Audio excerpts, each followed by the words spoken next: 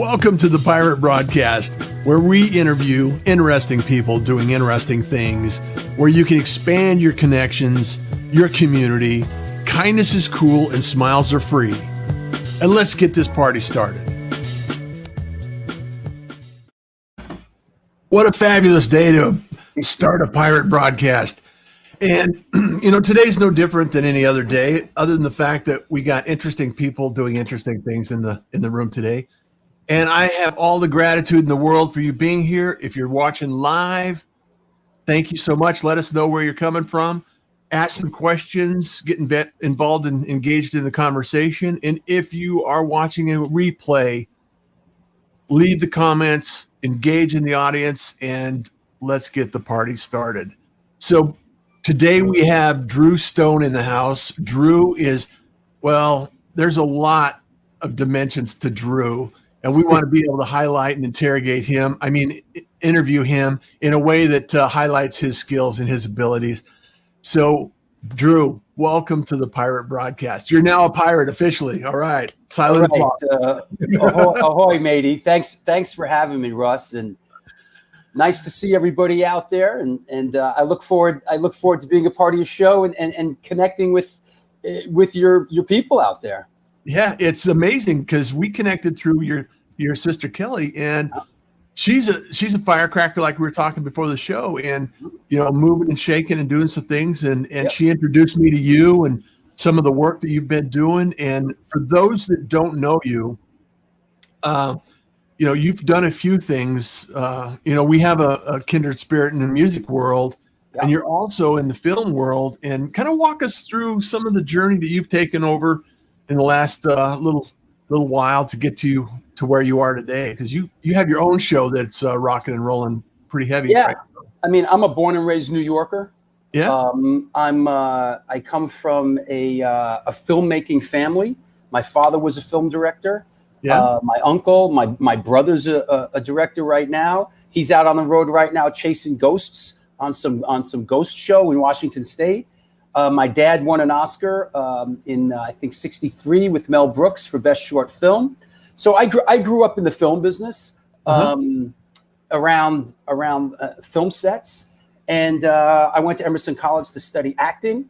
And when I arrived there, I got introduced to this new genre of music called American hardcore, which is a subgenre of punk, and that sort of took me on a journey, a musical journey. I ended up in a couple bands. I came back to New York and started a band here. I ended up in a band called Antidote, which had some success, worldwide.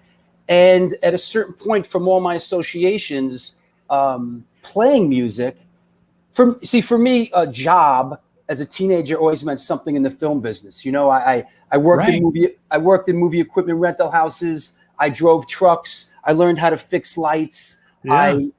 I did all the schlub work, as a teenager, did deliveries and all that. Yeah. So job always meant, something, Go get this, go get that, do this. Yeah. And as a young guy, there's always something in the film biz. I learned, I learned how to fix movie equipment at a young age, and drive trucks and this and that. And eventually I was a stage manager on a film stage here in Manhattan. Okay. And at a certain point, just that is so as I was playing music, and at a certain point, bands started coming to me and saying, "Hey," this was during the golden age of music videos, when it was the Wild West, anything went, with music videos. And I started a music video career and had a really proficient music video career. As you can see, those are some of the gold records behind me. I was just going to say, you got a few there's a couple back there. There's a couple over here, and then that led into a career doing extreme sports films. I did nine films in 7 years. Also directed the MTV True Life episode "I Live to Ride," and then I started up doing music documentaries. And I have a couple of films out. I have a film on Netflix right now. I have a couple of films on Amazon Prime. And then when this COVID hit, COVID thing hit, I was on someone's show, much like this, on the very same platform. Yeah. And I was sort of looking at it going, wow, this is kind of cool. And I realized that through the years, the community that I built, one of the films I did is the New York Hardcore Chronicles film, which is on Amazon Prime right now. And I built a New York Hardcore Chronicles page on Facebook that has 90,000 people on it. My YouTube page has 10,000 people on it. So when I came on this StreamYard, this show similar to this on the StreamYard platform, I was sort of looking at, wow, I built, I should do something like this. I have these platforms just sitting there. Yeah. And I started the show, the New York Hardcore Chronicles Live, and right when this thing hit. I mean, this thing hit, and the next day I figured it out, and the next day I started the show. And I'm blessed. The show has found a worldwide audience. People love it. I have sponsors, and I'm just very fortunate in that regard, and I'm doing something that I love. Yeah. Go figure. Go figure. You strike me as the individual that you thrive in those environments, and you're totally relationship. You remember names, you remember places, you remember incidents, and you can actually recall those things, which is a huge gift in this environment. And I've always, for the last 5-10 years, Drew, I've always been preaching, posting this thing. It's like, you are the media. You have the ability, the opportunity to pick up a camera and start your own show, your own thing. And you've been doing it for years. You've been producing for years. So absolutely. And, I know there's a lot of people that might not be familiar with hardcore, which is, like I said, hardcore or hardcore punk or hardcore. American hardcore is really a subgenre of punk or heavy metal. But one of the early sort of the ethos of hardcore is get up, get out, and make it happen. Don't wait for something. Don't wait. Don't wait for a record label to come and sign you. Don't wait, you can do it. Go record yourself, put the record out yourself. And as a teenager, that really empowered me and inspired me. And it's these things that I carry, as an adult, to this day, in really everything I do. And also the same thing you're doing now. It's like you just pick up, you turn it on, and you make it happen. It doesn't have to be perfect. It just has to be done, right? Get it done. He who dares wins. Yeah, absolutely. I love that. Or you can't win if you don't play. Well, I grew up in the end of the disco era, and I was, I played for anyone that would hire me to play, and I played a lot of country. Going out there doing that, I played. I actually played reggae. I played rock and roll, corporate rock, anything that I could play just to get out to play. Mm-hmm. And it was really one of those things that I just loved to do. It was the only thing that I wanted to do. Yep. And I just continued to pour myself into it until I had a turn in my life where, I shattered my arm and then I decided to get into it. But still, I got electronic instruments here. I used to play dubstep in Houston, perform live in Houston. Just the same thing. Go out there and do it. Make it happen.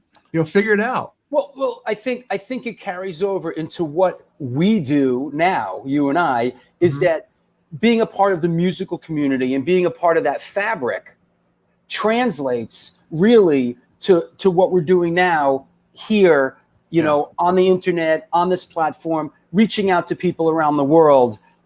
We've those are strong ties that bind. Yeah.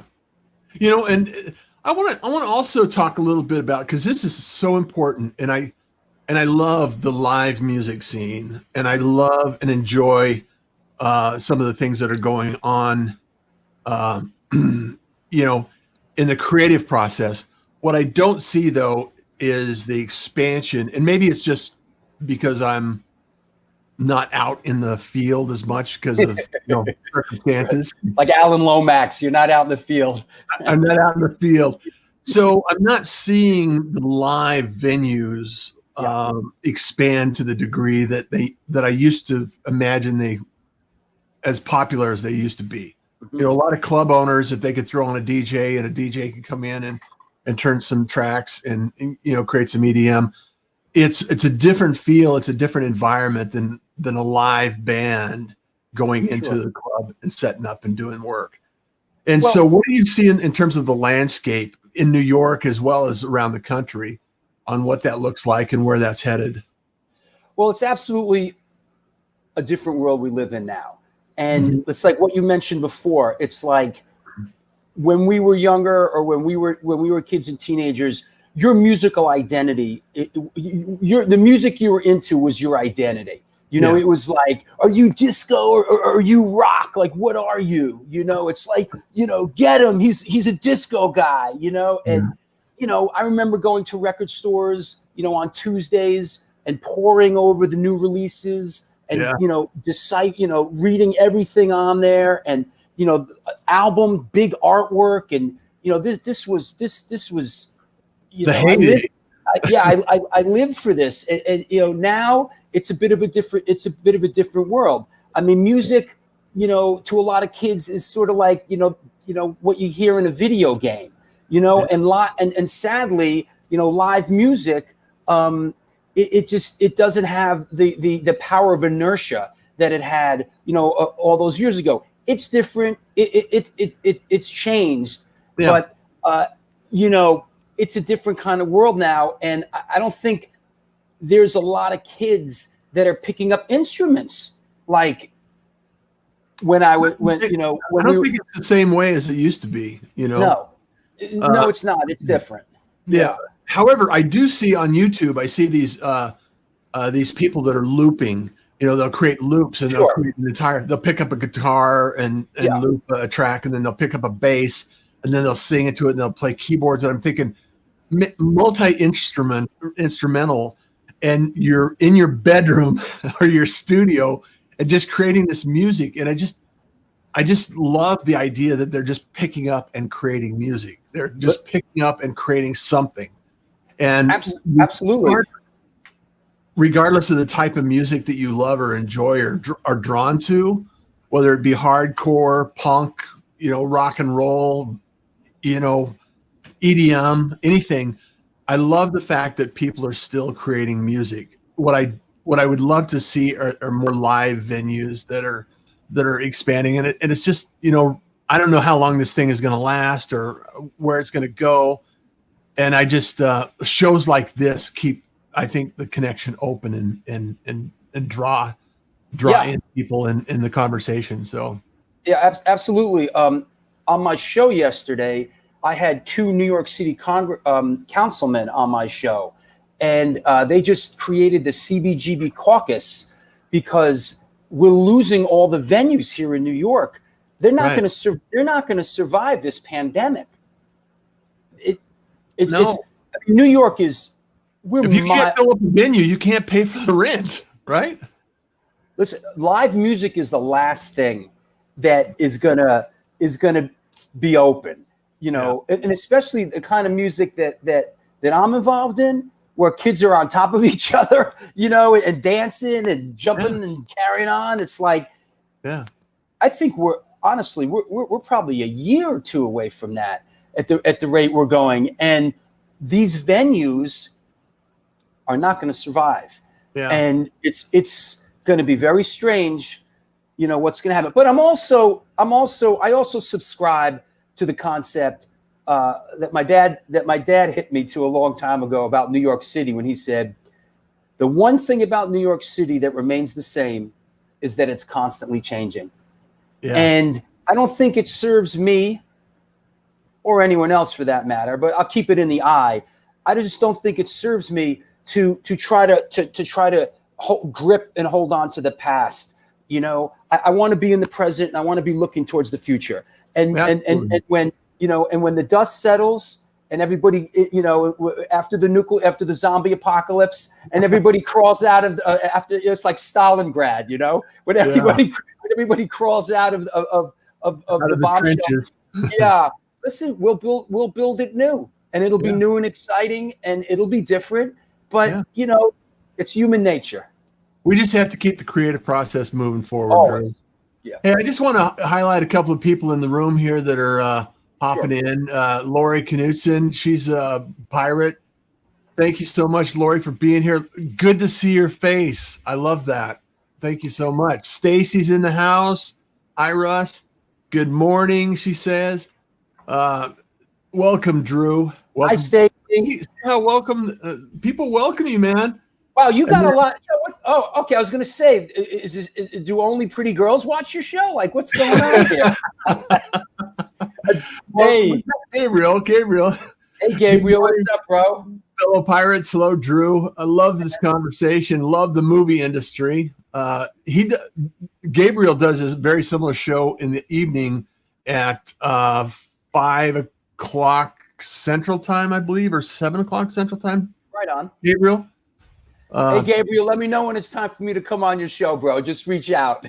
Yeah, he'll love to. And love the accent and the attitude. He is bomb. Now, Wendy's a filmmaker as well. She's got a film going on right now. She's getting ready to produce a film. So watch my film on Netflix, Wendy. You'll love it. Yeah, it's a great one. So passion and purpose are on fire. So we love that. And then we got Gabriel. So the Sex Pistols, the Ramones, the New York Dolls, and so many other wonderful 80s punk bands. I love that you love music and film. I already loved your story and experience. So that's fantastic. And then, we got so many here. Sex Pistols, yeah. So I noticed that you were doing this all along. Get out, get up, make it happen. Get up. Yeah, I kept the profanity. I kept the profanity out of that. There's a little bit of profanity in that, but I kept it out. Would love to have Drew on my show. Would love to pick this wonderful mind. Already intrigued by his tagline. Well, I'm easy to find, Gabriel. Just look for me on Facebook, whatever. Google me. I'm easy. Make sure you're connected. Good morning. Good morning. How are you doing? Good morning, fellow pirates. Drew, I just want to talk about a little bit about forward thinking. I know we're both advocates of what has taken place, and I know that we can sit down around and probably have a beverage and tell stories back and forth and laugh our asses off. Mm-hmm. And so I want to make sure that we also share a little bit of the forward thinking and what you're imagining the film industry doing, what you're imagining the movie industry doing, and kind of, take the crystal ball out and see what you can imagine the possibilities could evolve into. Well, I think I'm a little keyed into this. My brother's out on the road right now, right? Shooting up in Washington. My brother, by the way, is a cinematographer on a show called Expedition Unknown on the Discovery Channel. That's hosted by Josh Gates, and he worked on Naked and Afraid and Finding Bigfoot. He's out there right now shooting. It's a different world. I mean, he's out there and with the masks and being tested, and right now, if you have content, if you were doing something before this thing hit, or you were almost done with something, you're in a good spot. I have a film that's heading down the home stretch. We're editing it.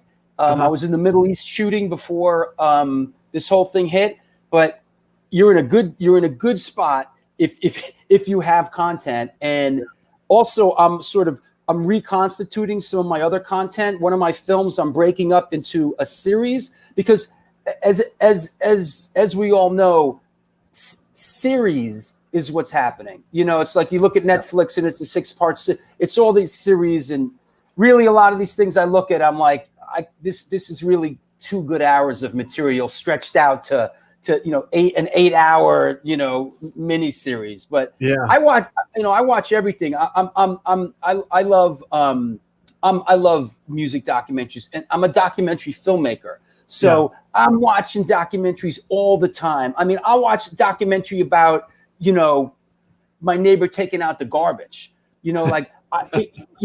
It's what I watch this stuff. I always have something going on in the background as I'm working, and I go back to it, and it's sort of the world that I live in. But moving forward, everybody's a director, everybody's a photographer, everybody's you are the media.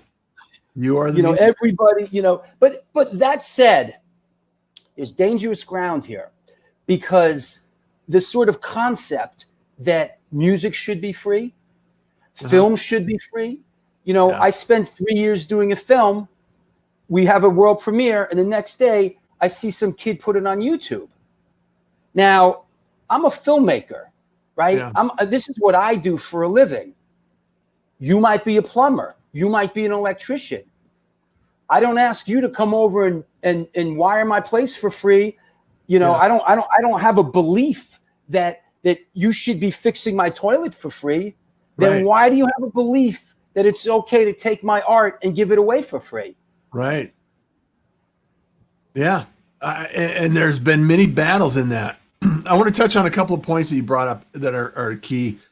And I think a lot of people fail to understand around that, is that if many people actually had clear visibility in the movie making process, or even the ability and opportunity to create an album or a piece of music, if they went through the process and understood how much work and effort it actually takes to get to the place where it's produced and out the door, they would be dumbfounded. One, you can never be involved in the movie making process and then watch a film the same way.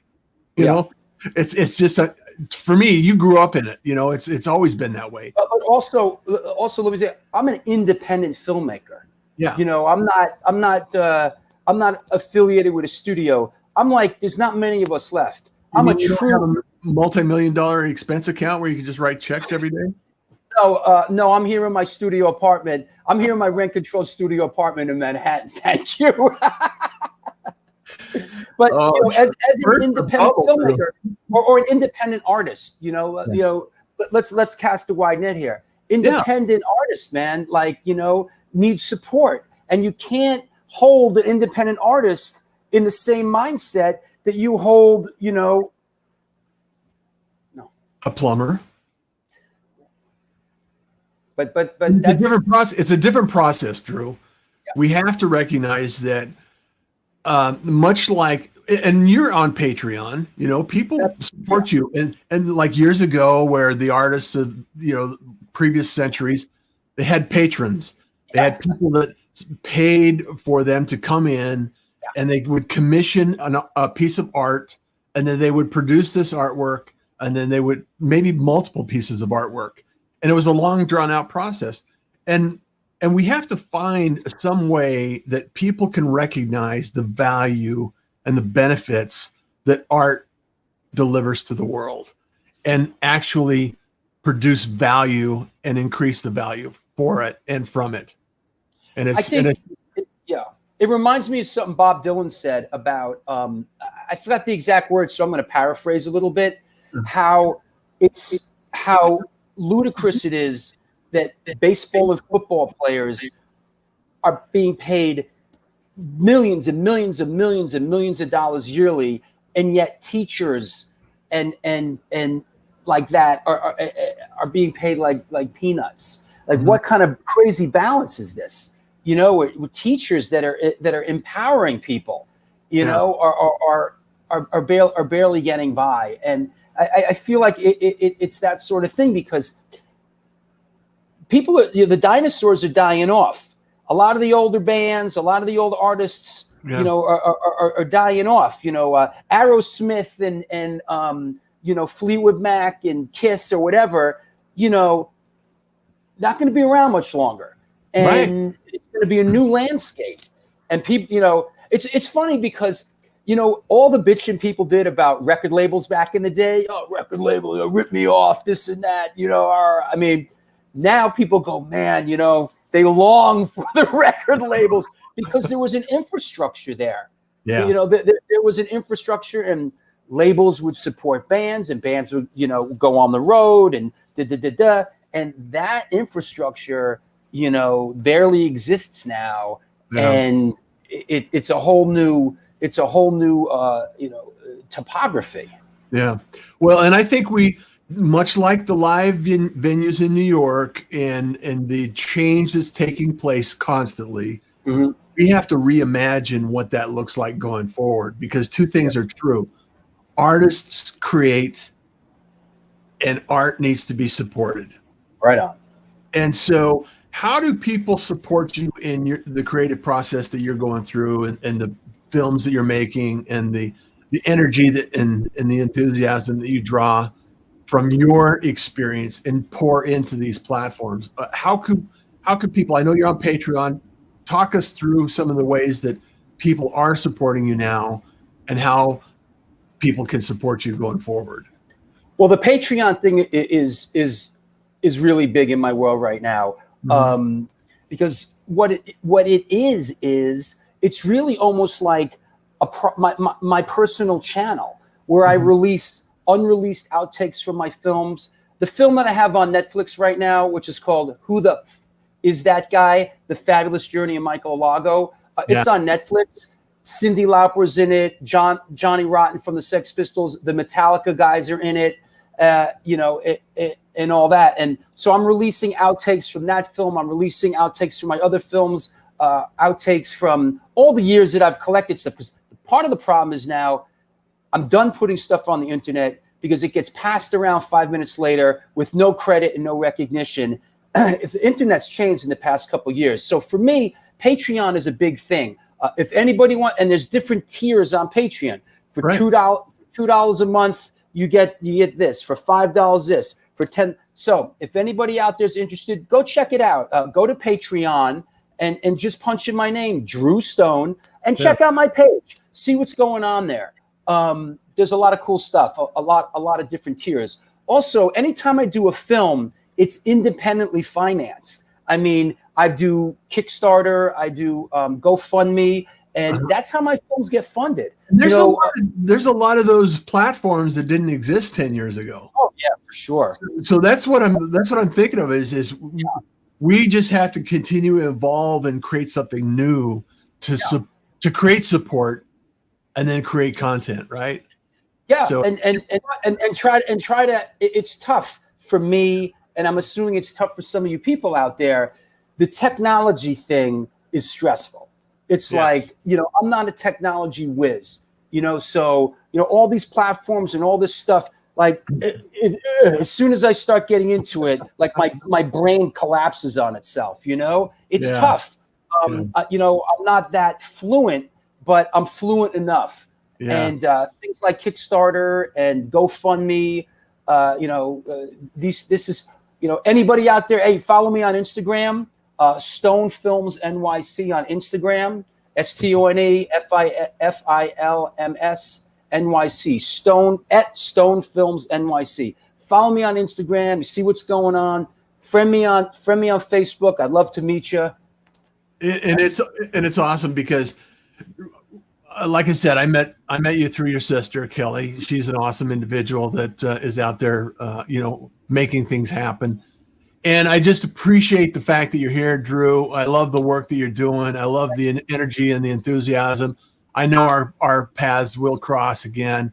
And I just wanted to highlight you because, people that are doing interesting things need to be, sometimes a little shout out never hurts, right? It's always nice to get a little nod and say, hey, Drew's doing something cool. Check him out. And so that's the whole point of the Pirate Broadcast. And I'm just I'm a couple hundred episodes into it. So if I can continue to grow and expand, and support you in any way I can, let's do it. So thank you very much. Thank you for having me, Russ. And I know there's a few people out there. This is great, man. William. Listen, my people are starting to come through here. Thank you, Rap Bones. Get him, Drew. That's Rap Bones. Thank you, buddy. Love and then you, man. Sherry says, do you have to get sponsors prior to starting your project as an independent? Well, I tell you what, Sherry, yes and no, because I'm a firm believer. Like when I decide to do a film, I don't get hung up on money. I just go for it. I feel like, if my heart's into it and my passion's behind it, my films get done. You know, they do eventually, by hook or by crook. What's important is having the passion and the love to do it. And it'll fall into place. It'll happen. But that said, listen, a couple bucks helps. You know? Yeah.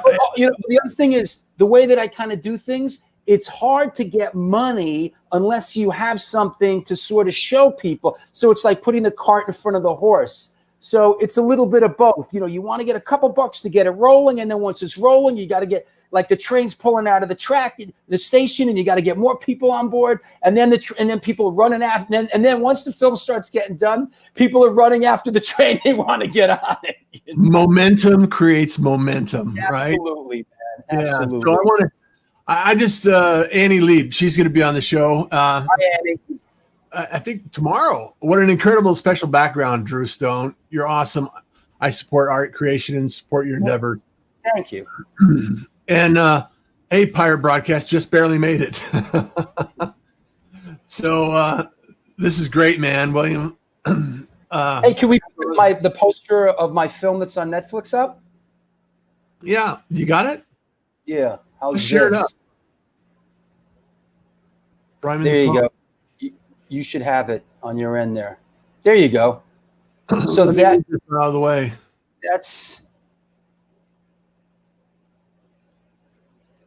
That is comments. There you go.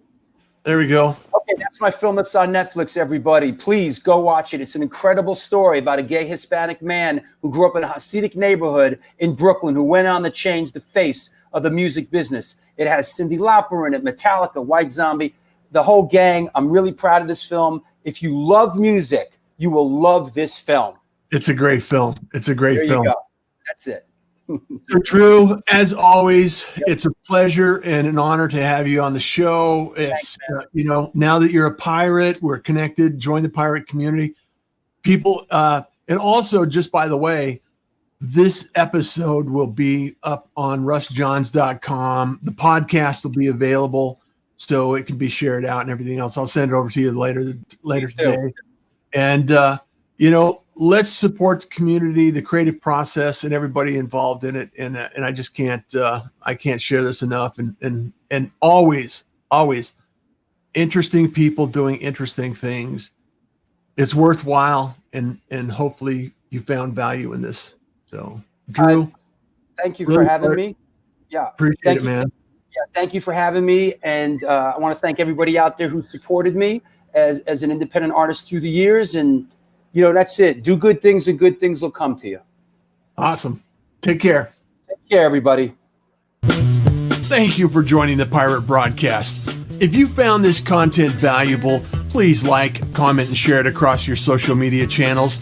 I would love the opportunity to help others grow in their business. The Pirate Syndicate is a platform where you show up, we produce the show. It's that easy. If you want to be seen, be heard, and be talked about, join the Pirate Syndicate today.